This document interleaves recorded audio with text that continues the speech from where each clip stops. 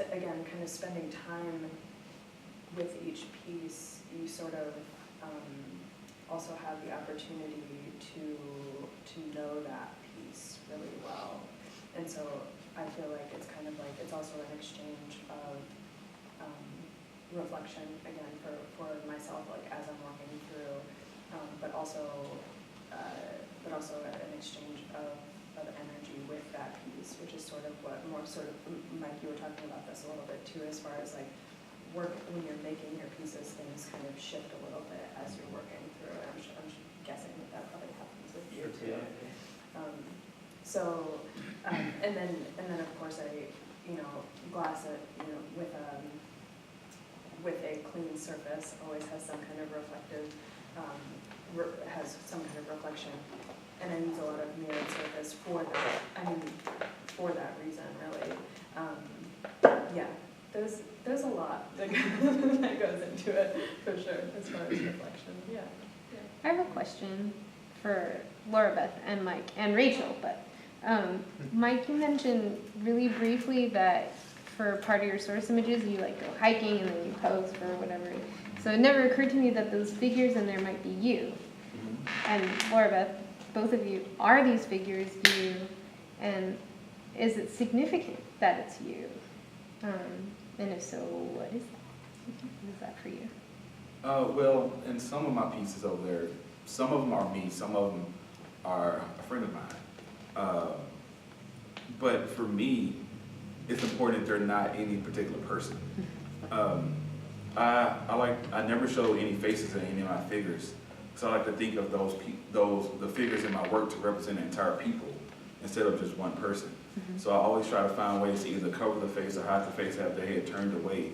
So it's always representative of an entire people instead of a single person. It just ends up being me or people I know because that's what's easy to kind of pose with and to include in there. So.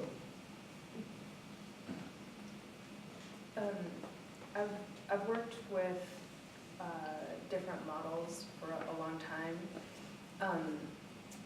However, these recent images or figures are actually me, which is like the first time that I had posed myself. It's difficult. Like I'm not an actor, so but when you meet, or when you're not when you meet, but when you're looking for a certain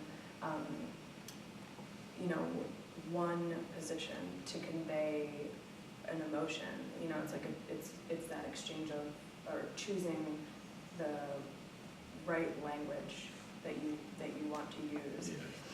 But however, I totally hear you. Like it does not matter all that it's me.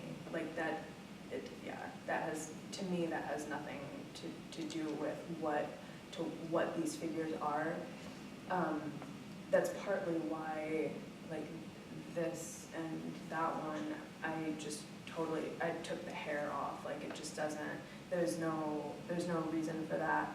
However, I also kind of kept the female form more in relation to kind of bring in my mother in that regard. Yeah, I guess that's kind of. I have a question. So for Laura Beth, so in these pieces where you're kind of working out some of these things in your life, and you guys have said that you don't want to put on here, this is what this means. You want people to like look at these pieces and kind of come up with their own. But just personally, do you look at that and go, that is what that piece means to me, and that is what that piece to me? Like you're final, like I'm just going to write this out so it's all out there. Did you do that with these pieces as well? Or? I'd say always yes and no. There are, yes, I guess really to answer you, yes, there are certain things.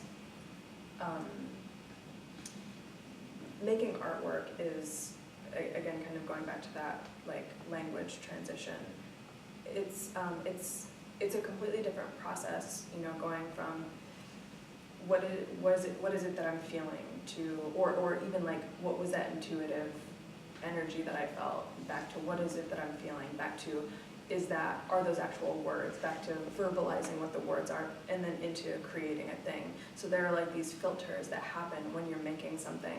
So looking at something and saying, that's exactly what it is to me, not just the new works, but all of my pieces oftentimes is like, I know how it feels to me, but sometimes I can't really say exactly. Like there are words and phrases and certain ideas that I work with. But personally for me, it's difficult to just like talk about it a lot, like just to figure out exactly what I mean, I guess. Go on. Oh, excuse me. That's perfect timing.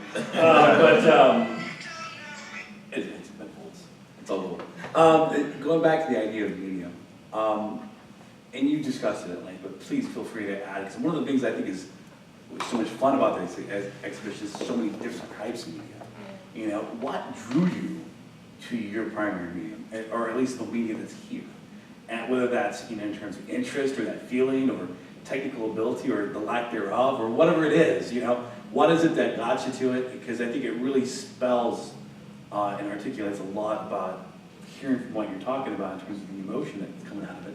It plays a significant part. Well, have you always worked in analog objects and vegetation? Yeah, not particularly when I was sort of starting this out, I knew I wanted to make things that moved, and I looked at a lot of examples. YouTube was a great thing. Had all these ideas, but I didn't have a space to do it in. I didn't have tools. I didn't know how to use tools, and I didn't have the stuff. So it didn't work very well at first. And I had a few things I collected just because I like collecting things that I would find. And I think it was some point now I said, well, why don't I just make things out of that and see where it goes? And the first thing I made was this tiny thing. It wasn't that exciting, but it worked. And it was all just stuff I had that I found. And I thought, I can do that. So it was kind of out of necessity at first, and it grew from there. But yeah, that was where it started from, just not. And what led you to want to make sculptures that move? Had you seen something? Or? Yeah, it was, I used to be and still am a graphic designer, but it was after I started freelancing at home when my company shut down, and I was doing that, and I got to the point where I was like, man, I'm sitting in front of this computer all day long. This is not how, this is not how kind of I like it, but I didn't want to, I started this because I used to like to draw. I would do things with my hands, and I don't want to do this all the time. And I thought, wait a minute, I work for myself. I can do whatever I want. So I started trying to just take an hour a day and make things just for me.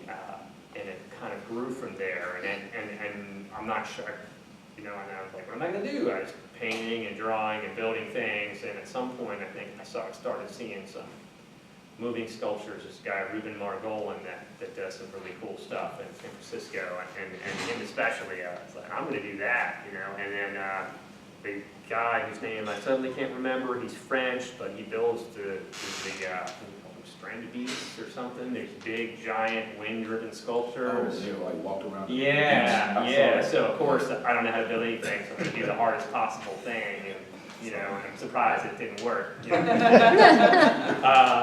And so I started to look around, and once I got a couple of those, I thought, man, I want to do that. I started looking through other things, and just trying to be, that's kind of part of the research too. I'm going to try to copy what these guys do, but I read a good quote: if you copy one person, it's plagiarism. If you copy like 10, it's research.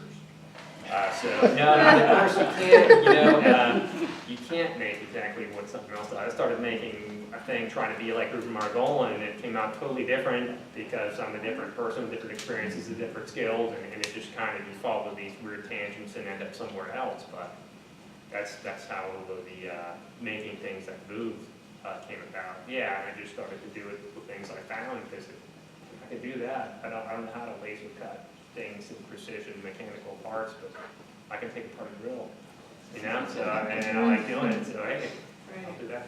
That's great. And Mike, you've always been a painter, right? Yes, I called myself a painter for a while, and I think that was because of grad school. And it took me a while to learn for myself as an artist. Like, you're not in school anymore, you can do what you want. And so when you're in school, they try to, you learn a lot of art history, which is good. You learn a lot about what other artists do in the quote-unquote hierarchy of art in terms of materials as well. But I had to finally realize for myself that there was something missing, like, for me. And so, like, I have two paintings here, but I've kind of more recently phased painting out of my practice and just been focusing just on drawings. And I've just felt much better about my work and about myself, like, since I've done that. Because I feel a little bit more free. Like you were saying earlier, like, your work, you're trying to encapsulate, like, a feeling. And you're trying to encapsulate this thing, and I feel like with painting, I wasn't able to do that, because I had to worry about, did I have the right, color, did I have the right material? My brushes dried out, I can't use those anymore. Now I ran out of gum sauce, I gotta go get some of that. And so it was a lot of things that felt like was kind of holding me back. And when I switched to just pen on paper, it kind of opened me up, like, a lot more.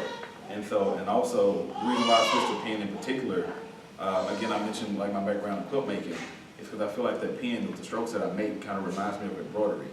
And I really like that idea of like this hand labor and, like, the tradition and the history behind embroidery and tapestry and quilt making and all the stories that were kind of hidden throughout the years, throughout multiple cultures through that. And you also have some sound quilts, right? Oh, yes. And some other sculptures, so Yes. I think you've been sort of going through different phases. Yes, I get bored a lot too. So I would tend to kind of change up every few years or whatever, because I would just get bored with the medium I was working with. But now I kind of feel like I don't think I was bouncing around just to bounce around. I think I was still searching for something. Right. And I kind of feel like I may have found, like, what I really like. So. Well, so that kind of brings me into another question about how you keep engaged and sort of continue to want to be surprised by the work that you're making, or by the materials that you're using, or the engagement that you receive, and sort of what keeps you motivated to keep making art. I guess that's really the big question, right? Why do we make art? I don't know, that's a big question. I'm looking at you. Well, I kind of heard several questions in Yeah. that question.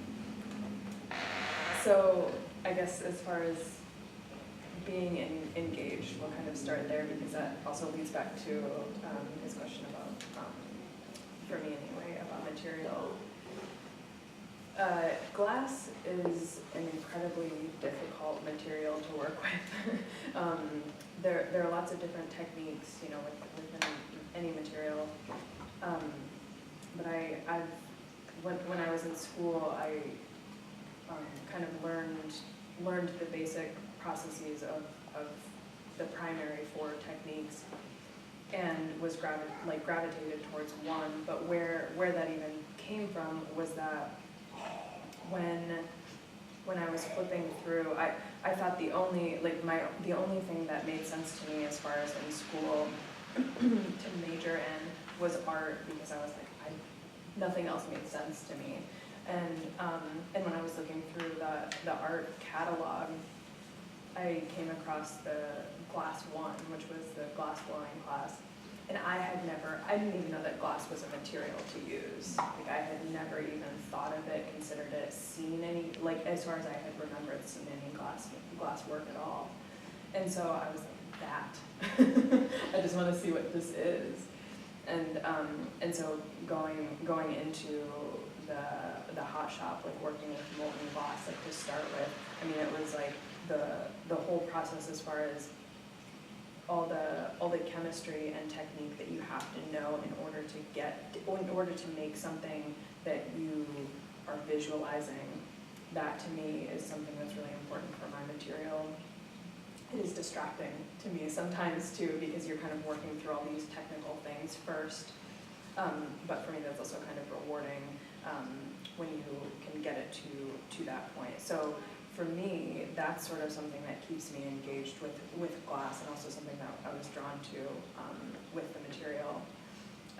However, as far as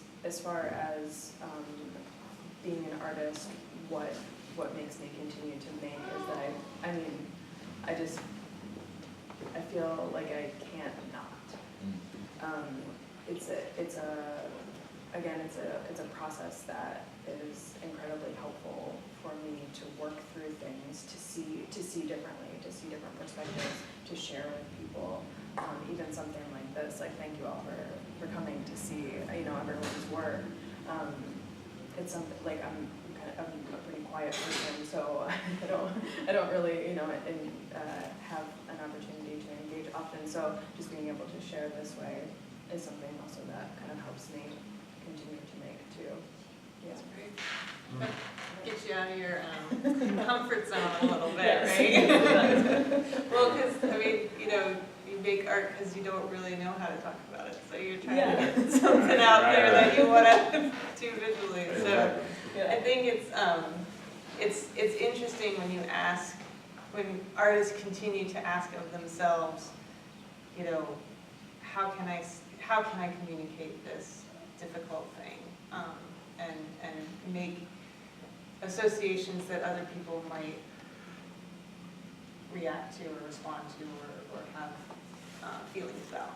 So that's what I think is exciting. I don't know. Anybody else want to weigh in on what's exciting? It just feels like it's always just a response from me. Like I can't respond to something the way I want to through words, or I can't respond to it through interpretive dance, or however other people may do it. And so like through drawing is the way I've learned how to do it. And I always kind of think about each drawing or each work that I do is almost like a science experiment or a science project. I always have to try to figure something out for myself when I'm going through it. And so I like for me, again, like kind of not playing as much, I like the feeling of kind of being stuck and then having to figure out how to work through that. And I think like even if I never show another work again, if I never sell another work again, like there's still something within me, like it feels like I have to make this thing that I see, like in my mind. I have to like see what it looks like. I have to make it for myself. It's just always kind of drive me to create these images that I may not see somewhere else, so I have to make it myself. That's pretty profound, making your work for yourself so you can see it. Even if it never goes anywhere, it's just you had to do it. Yeah. Right? And I think that's what she was saying as well. So Robert and Lily both have questions. No. Go ahead. I was thinking back to the beginning when you were all talking about your research. And you all said that it started with observation, and now we're coming back and talking about seeing and communicating the things that you have seen. And you're all visual artists, that's the category that we put you in. Michael, you just said it might not matter if anyone ever sees it. You're making it so that you can see what you observed and internalized. But I'm thinking about ways that you communicate with your viewers, and if that's important, and if it's something that you're thinking about as you're in the studio. You have tools and ways that you try to engage your viewers. When I was in grad school, I taught an undergrad art class and was shocked at how little looking the young artists were doing. I took them into a museum and said, spend half an hour in front of one work and come back and tell me what you saw, and nobody could tell me what they saw. And I think that generally we have a hard time stopping and looking at anything around us, but also at artwork. So wondering if that is an important part of making art for you, helping to see other people, helping other people to observe it, to see. For me, partially, even though a lot of work that I make is for myself, there's a lot of references that I like to try to include. One with the titles, but within, again, some of the other hidden symbols that's in there. And I understand that most people may not understand, like a lot of the hip hop references or some of the references to African American culture, like a lot of people may not understand that. And so how can I engage in other ways when people don't get those very, very, very hidden references that's in there? So one thing, color was one big thing for me. So I think just the formal element of color can speak to people so many different ways. And so I really want to try to encourage and have these very, very bright, jubilant colors in my work, because I feel like there's so much emotion that can be tied just to color on its own. And so color is one big, big focal point for me, even if some of the very, very obscure references is not known to 90% of the people who view the work. And so that was one of the main things that I focus on. Yeah, I think I'm trying to think of how they said this. Somebody was talking about the best artwork for them was when they made it, when it was personal, but then it was also kind of universal. Like everybody got something out of it. And I don't think you ever know when that's going to be until you put it out somewhere. So I'm just trying to find interesting problems to solve and things to make and put it out there and see what it means to other people. And sometimes you just don't, I don't know what the one thing, if I have a show with 5 things and it was 6 or 2, sometimes there's one thing that gets a lot more attention than others for some reason. It strikes a chord with other people. And you don't know what that's going to be, and that's always interesting to see. And so just try to keep making things that are meaningful to you in some way and put them out in the world and see what happens. Yeah. And also, as I look at your work too, and as I'm kind of thinking back to this question more, like I see a lot of spirituality like in your work. And I also kind of think about that, like when I'm making my own work, I kind of think about like the unsaid or the unseen and like these hidden forces that's kind of driving a lot of things. It's in all of us, and I kind of see that a lot in your work. As well, when I look at your work, there's a lot of connection with like this spiritual movement and these energies. Yeah, I just wanted to say that too. So. Yeah, we have about 5 minutes left. Robert, I think you had a question. Yes.